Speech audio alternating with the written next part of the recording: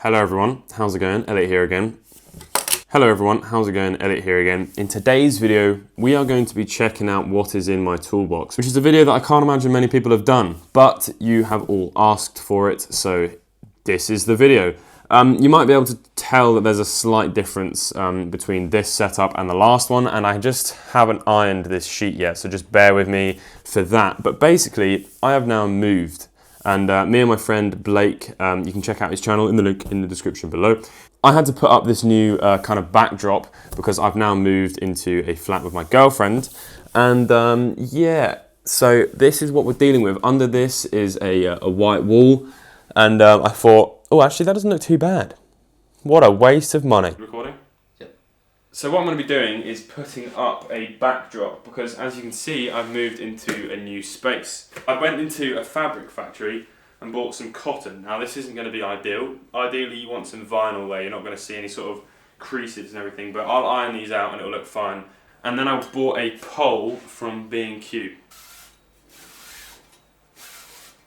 So what I need to do is just put two little brackets up to hold this pole. I need to cut the pole down and then we're going to put the table in and put the lights on and see how it looks. That is incredibly loud. Okay.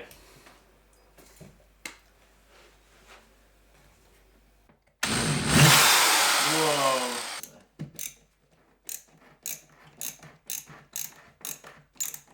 Oh yeah.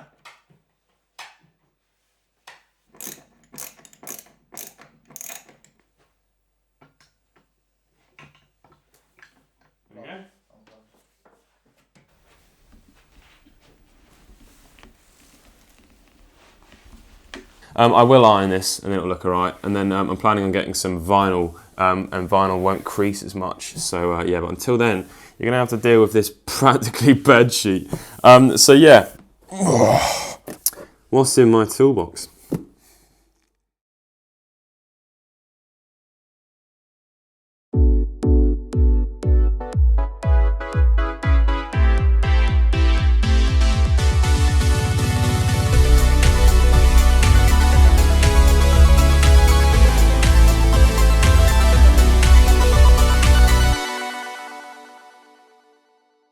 So basically this is a McAllister toolbox, and yeah, it's a big heavy duty boy with a little extra toolbox on the top, and we'll take a look at each of the items. So the first one is this. Now I'm going to have to do some B-roll because I haven't established a top camera yet, so B-roll. And basically this holds all of my parts for my Game Boys and such other similar things. In here I have divided all of the different parts for the Game Boys I need: speakers, power switches, D-pads, and then we've got a load of little mod components down in this corner. And yeah, so that just keeps everything nice and neat and is all there ready for me to grab if I need it. So inside the toolkit, and I'll link everything that I can find on eBay in the description below. So if you want to build the same toolkit, then you can go ahead and do that. I'm going to pop this on the floor because this is almost definitely going to fall. So the first thing is this little drawer, which I'm debating on getting rid of because then I have a little bit more room. But for now, I've got my Xiaomi screwdriver set. In fact, this one's made by Weeha, but they're pretty much all the same thing. And yeah, this is an absolutely brilliant toolkit. The quality of it is absolutely exceptional. The only difficulty is it doesn't come with a tri-wing bit that is the right size for Nintendo products.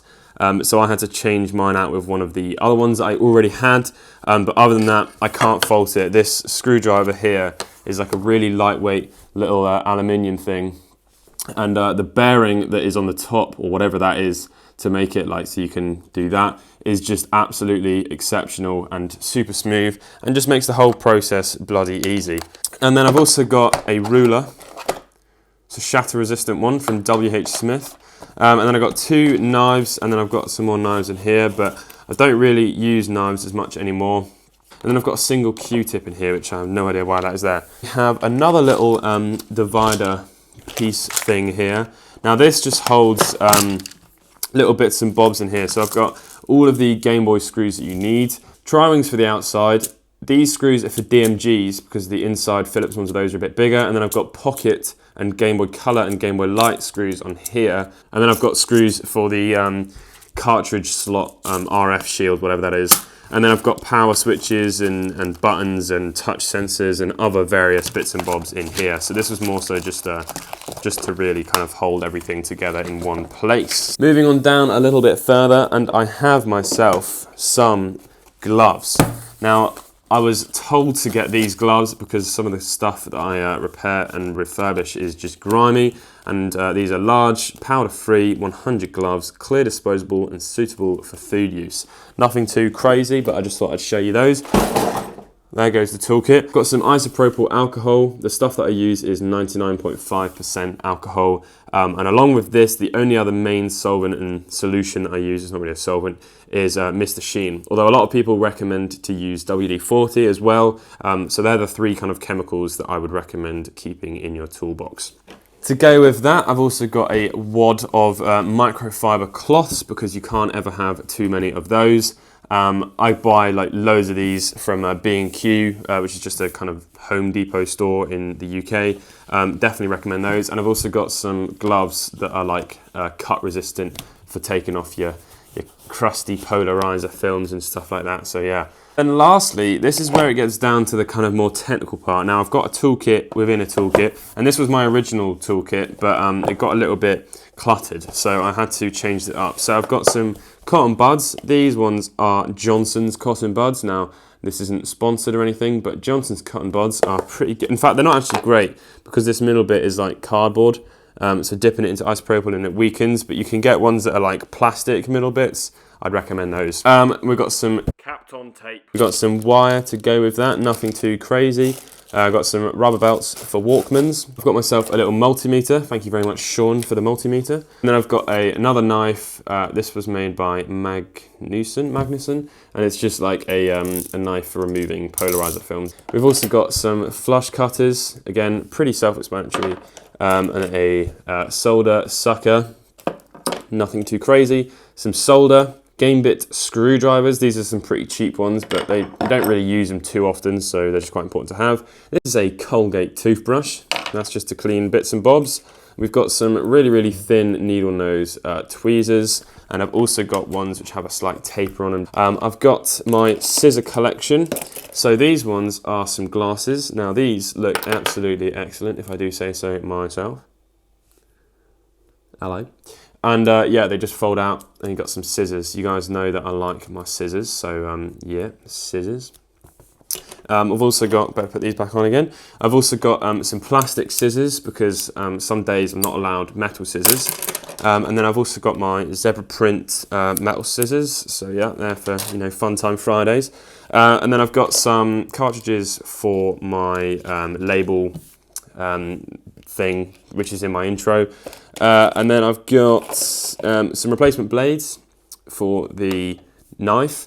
I've got my Xiaomi, I think this is probably Xiaomi. I think Xiaomi is the only Chinese company name I know, so I just keep saying Xiaomi, but it's probably not Xiaomi. But this is a wow stick, and this is a electronic screwdriver, and it's really, really cool. And you can just kind of get those screws out real quick.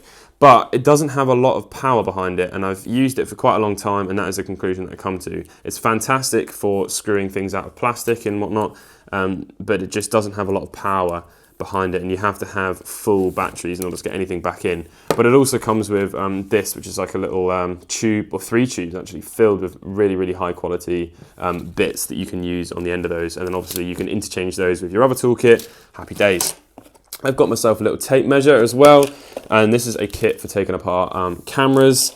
And then lastly, some desoldering braid wire stuff, and this is just to hold the solder on my soldering iron, which I haven't got with me actually.